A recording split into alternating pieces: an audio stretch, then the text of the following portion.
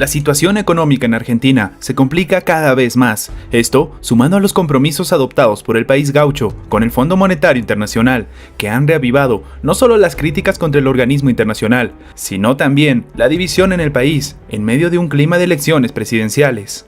Antes de ver cómo se va complicando el aspecto económico para Argentina y cómo pesa sobre la economía el complicado proceso electoral, te invitamos a que te suscribas al canal si aún no lo estás y a que actives la campana de notificación. El Producto Interno Bruto de Argentina retrocederá 3,1% a lo largo de este año y se reducirá otro 1,3% en el 2020, informó el Fondo Monetario Internacional sobre las perspectivas económicas mundiales. Se proyecta que la economía argentina se contraiga nuevamente en 2020, pero no tanto como este año, destacó la institución multilateral en su trabajo. La pérdida de confianza de los mercados internacionales y el endurecimiento de las condiciones para financiarse en el exterior son las dos razones que alega el Fondo Monetario Internacional al verificar la contracción de la economía argentina durante el primer semestre del año. El país sudamericano se convierte así en una de las naciones, junto con Irán, Turquía y Venezuela, que explican la disminución del crecimiento mundial, que pasó del 3,8% en 2017 al 3% en 2019. Argentina, que ya acumulaba una caída del Producto Interno Bruto del 2,5% en 2018, tendrá además una inflación de 54,4% este año y un 51% en el 2020.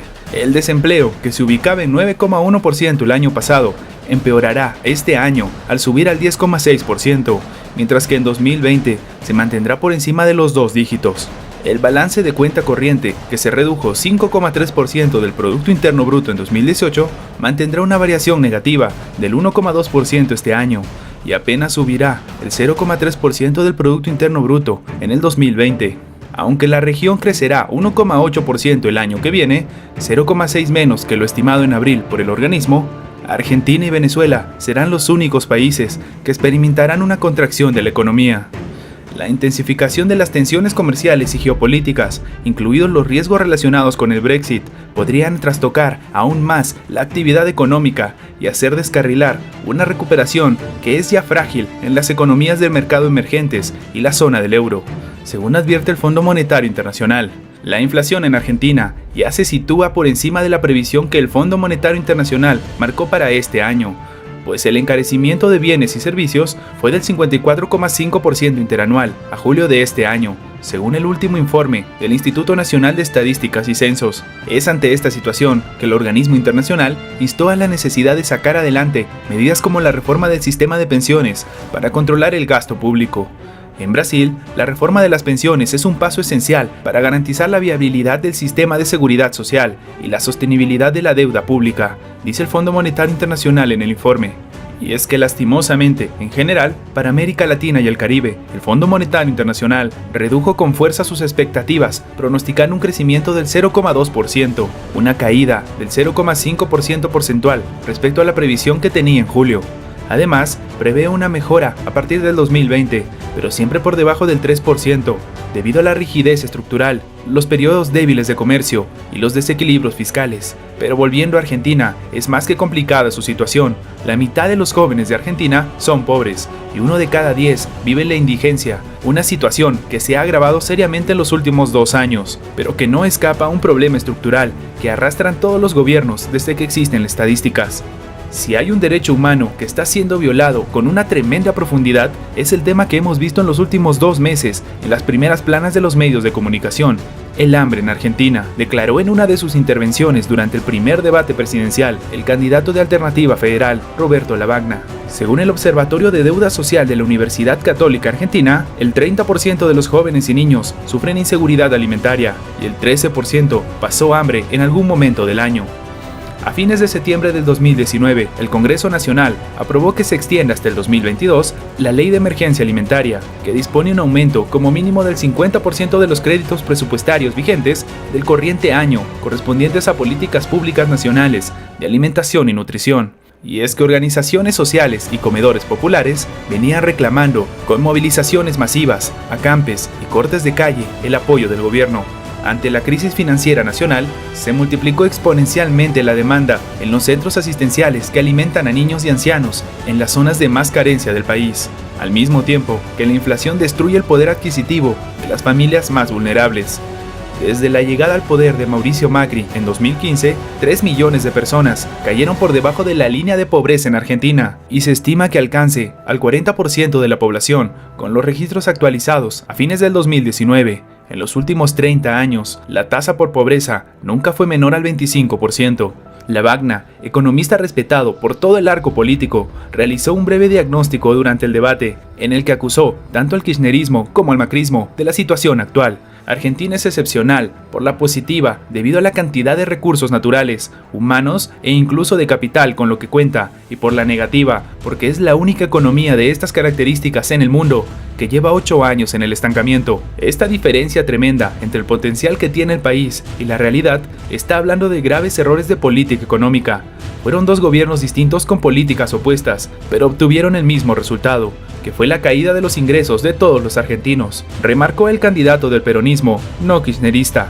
Por su parte, el gobierno ha enviado al ministro argentino de Hacienda, Hernán Lacunza, rumbo a Washington para entrevistarse el 19 de octubre con la directora gerente del Fondo Monetario Internacional, Kristalina Georgieva, algo ya muy criticado por muchos, debido a las dudas que genera el Fondo Monetario Internacional para intentar destrabar el giro por 5.400 millones de dólares que el gobierno espera desde hace un mes.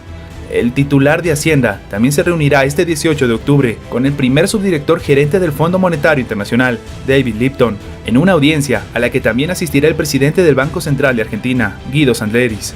Los funcionarios argentinos se encontrarán después con representantes de los países miembros del Fondo Monetario Internacional, con la expectativa de desbloquear el penúltimo reembolso que el organismo tenía previsto entregar a mediados de septiembre, en base al préstamo de 56.300 millones de dólares acordados con el país sudamericano en junio del 2018.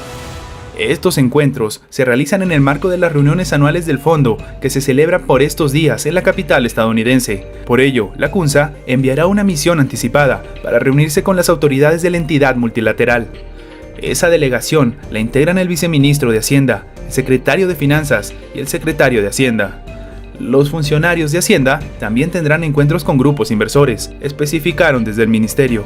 El Banco Central de Reserva argentino también enviará a sus propios representantes.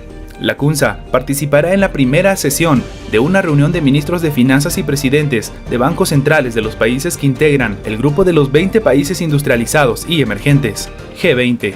Recordemos que el 15 de octubre, durante una rueda de prensa, el ministro de Hacienda admitió que los datos del Fondo Monetario Internacional sobre Argentina empeoraron, según publicó el organismo en el informe sobre perspectivas económicas mundiales, dado a conocer en la víspera, pues la entidad estima que Argentina solo ha retrocedido.